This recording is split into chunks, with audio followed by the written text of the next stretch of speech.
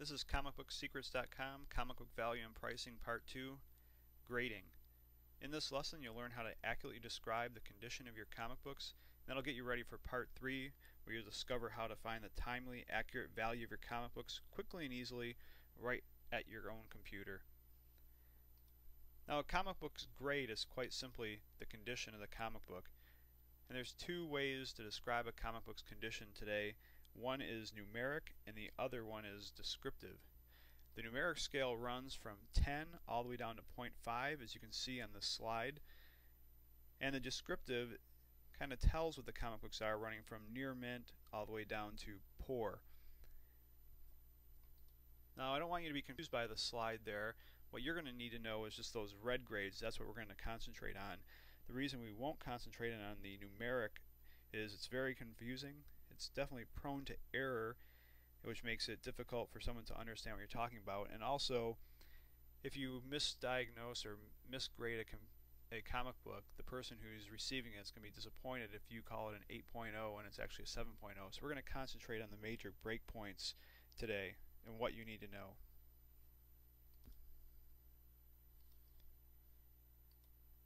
Now, the basic grades start with near mint. A near mint comic book is a like new comic book. Just picture going to a newsstand or a comic book store today and finding one of the best copies on the stand.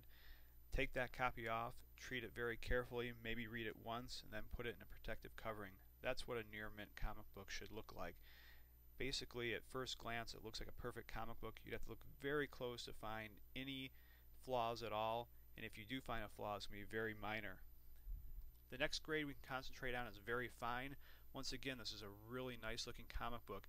What I've noticed over the years is that most novices, what they think is a near mint actually falls into a very fine, especially once we start talking about a little bit older comic books, say from the 80s or the 1970s. So if you think you have a comic book that's in the near mint range, take another close look at it and make sure there's no small flaws that would drive it from a near mint down to a very fine. Now, a fine comic book is once again a very nice looking comic book. If, as a novice or a person who hasn't seen a lot of comics, if you looked at it, you would say it looks very collectible. But one thing you will notice is that at a quick glance you will notice a few small flaws. It doesn't have a great abundance of errors with the comic, but it will have a few small flaws.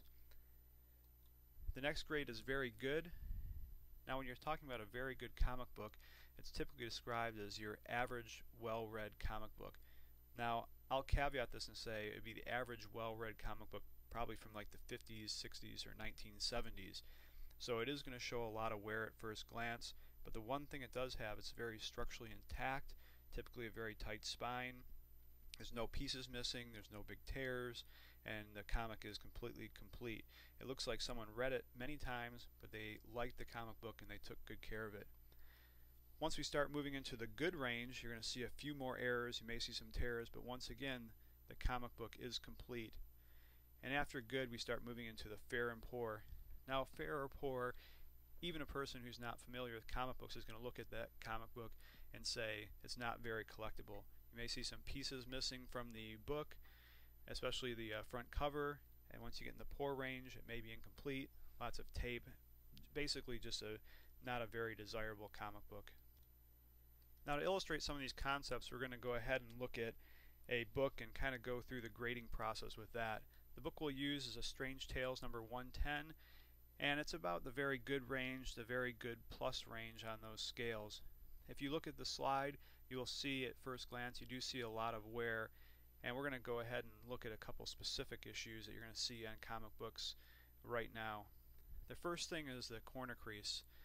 If you look at the upper right hand side, you'll see a white line that runs diagonally in the corner. When you see that white and it breaks the color of the ink on the cover, it actually is called a color break, and that's a crease. Now, that's what you call a corner crease, so that's one of the major flaws in this book.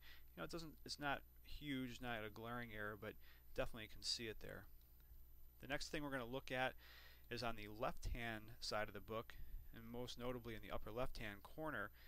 As you go down the spine, you'll see some perpendicular white lines, color breaks there. That is called spine stress. Very common on a very good type book. On a fine book, you may see a couple very light spine stress marks. One other thing I want to point out to you is if you look down the left-hand side of that comic book, you kind of see that white line, and that's spine stress. Typically that happens when you read the book. If you have a brand new book in the newsstand that's never been opened, the color is going to be intact along that left-hand side. Typically the first time you open the book, it'll break that color a little bit there as the ink kind of comes apart, and that's what they call a little bit of spine, not spine stress, but spine wear. And then the spine stress is the perpendicular lines that have occurred. The final thing on this slide we want to look at is up in the upper left-hand corner. You see how that corner is kind of rounded out, and there's some white showing. The color is broken there. That is called a blunted corner. Now it can happen on any of the corners, not just necessarily the left-hand side, upper and bottom corners. It can also happen on the right-hand side also. Anytime you see that rounded corner, that is described as a blunted corner. The next flaw I want to point out is called a date stamp, and in this range, very good range of a comic book, it's not really a flaw that'll take away from the grade of the book, but something you should be familiar with.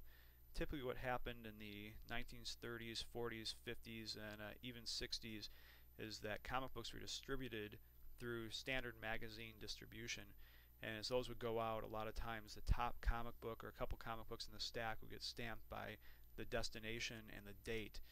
This wasn't always a stamp. It's sometimes pen or pencil with initials and dates, and it has a wide variation, but that is called a date stamp. At this point, what you need to do is take your list from part 1 and go through it and grade your comic books. What I recommend doing is just a very quick grade. Try to stick with those near mint, very fine, fine, very good, good, and the fair poor designation. Once you get done, you should have a complete list that'll have the title, the issue number, and the grade, as you see here, such as Incredible Hulk 176 VG or very good. I recommend you use the abbreviations. It's just a little easier. It'll save some room. You'll have a complete list at that point, and you'll be ready to go on to lesson 3. And in lesson 3, you're going to be ready to find the value, and it's going to change up the format in this video a little bit. It won't be a slideshow, but I'm actually going to show you interactively, live on a computer, how to find the accurate value of your comic book. So we'll see you in lesson 3.